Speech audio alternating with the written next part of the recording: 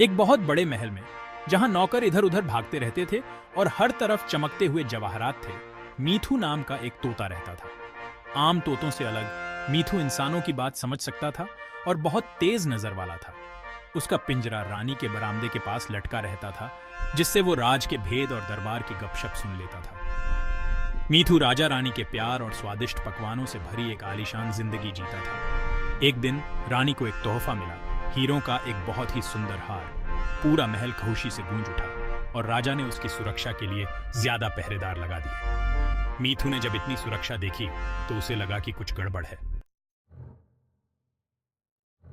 उसी रात जब चांद की रोशनी महल के बगीचों पर पड़ रही थी, एक संदेहास्पद आदमी महल की दीवार फांदकर अंदर घुस आया। यह कोई मामूली चोर नहीं था, यह था फिरोज, जो अपनी चालाकी और फुर्ती के लिए पूरे देश में मशहूर था। फिरोज की नजर उस बेशकीमती हार पर थी। फिरोज को इस बात का जरा भी अंदाजा नहीं था कि मीठू ने अपने पिंजरे से उसे देख लिया है। उसकी तेज नजर फिरोज के हर कदम पर थी, जो चुपके से रानी के कमरे की तरफ बरा चा रहा था।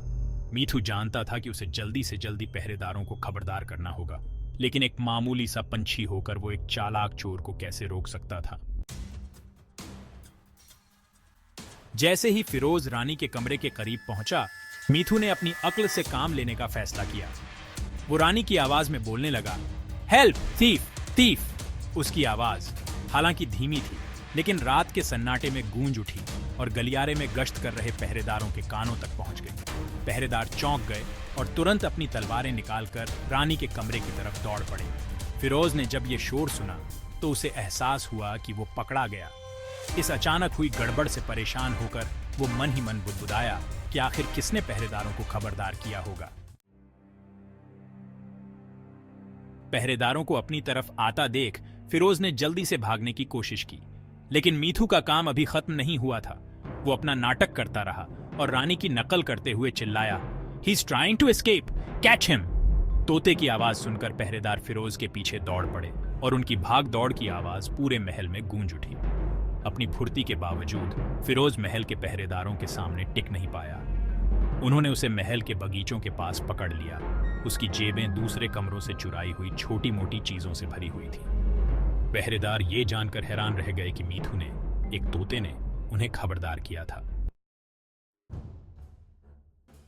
अगली सुबह पूरे महल में मीठू की बहादुरी और अक्ल की कहानी मशहूर हो गई। राजा और रानी ने उसे ढेर सारा प्यार और आभार दिया।